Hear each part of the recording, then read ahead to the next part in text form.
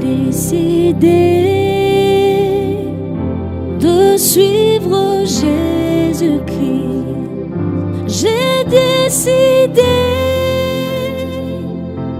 de suivre Jésus-Christ.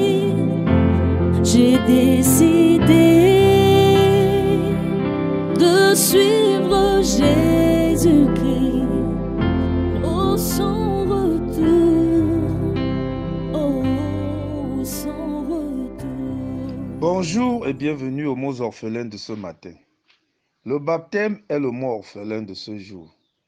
Dans un passé récent, je vous disais que le baptême faisait partie des 7 sacrements reconnus et pratiqués par les églises orientales et catholiques. Les églises protestantes n'en connaissent que 2. Il s'agit du baptême et de l'Eucharistie, encore appelée Sainte Seine. En rappel, le sacrement est un acte rituel ayant pour but la sanctification de celui qui en est l'objet. Les 7 sacrements sont donc le baptême, la confirmation, l'Eucharistie ou Sainte Seine, la pénitence, le sacrement des malades ou extrême onction, l'ordre, le mariage. Le baptême vient du mot grec baptizein, qui signifie immerger, totalement plongé dans un liquide. En tant que premier test d'obéissance à la parole de Dieu et première condition d'entrée dans la chrétienté, ce mot a fait couler beaucoup d'encre et de salive. D'abord pour la forme. Que dit la Bible? Dès que Jésus eut été baptisé, il sortit de l'eau. Jean 3,16. Philippe et l'eunuque descendirent tous deux dans l'eau et Philippe baptisa l'eunuque. Quand ils furent sortis de l'eau, l'Esprit du Seigneur enleva Philippe. Les habitants de Jérusalem, de toute la Judée et de tout le pays des environs du Jourdain se rendaient auprès de lui et confessant leurs péchés, ils se faisaient baptiser par lui dans le Jourdain. Matthieu 3, 5 à 6.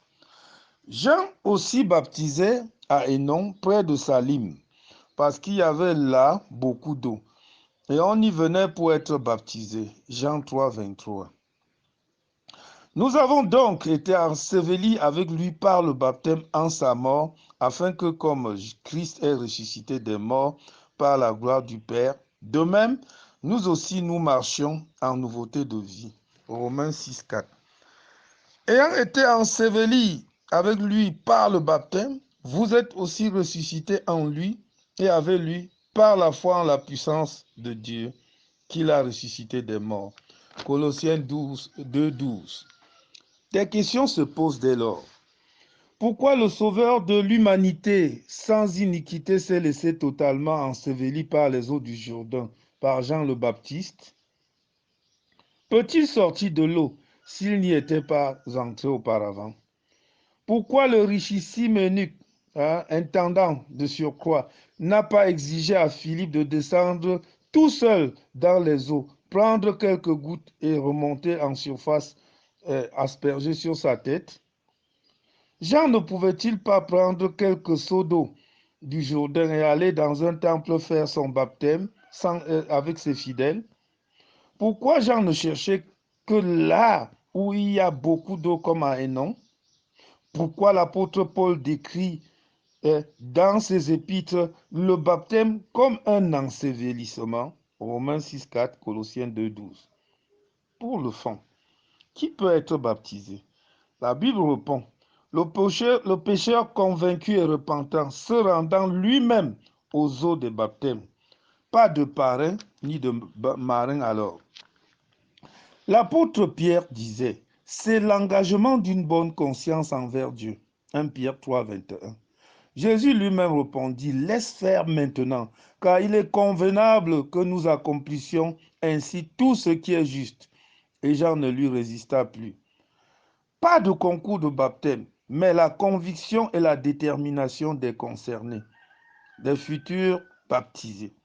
Car sur le chemin de Gaza, par Jérusalem, l'eunuque dit, voici de l'eau. Qu'est-ce qui empêche que je ne sois baptisé? Cela montre qu'à l'instant, on peut se baptiser sans faire la doctrine. sans faire l'examen de baptême, mais seule la conviction peut pousser à être baptisé. Acte 8, 36. Au même instant, il tomba de ses yeux comme des écailles et il recouvra la vue. Il se leva et fut baptisé. Acte 9, 18. Il les prit avec lui à cette même heure de la nuit. Il lava leurs plaies et aussitôt il fut baptisé. Acte 16, 33. Dans un récent passé, les réseaux sociaux montraient un grand homme politique décidé à être chrétien en accomplissant le premier test d'obéissance, c'est-à-dire le baptême. Il est possible de croire fermement à un mensonge pendant toute sa vie, de défendre même un mensonge, de prendre les armes pour défendre un mensonge pendant des siècles. Une certitude, un mensonge ne deviendra jamais la vérité. De suivre Jésus-Christ, j'ai décidé de suivre Jésus-Christ, j'ai décidé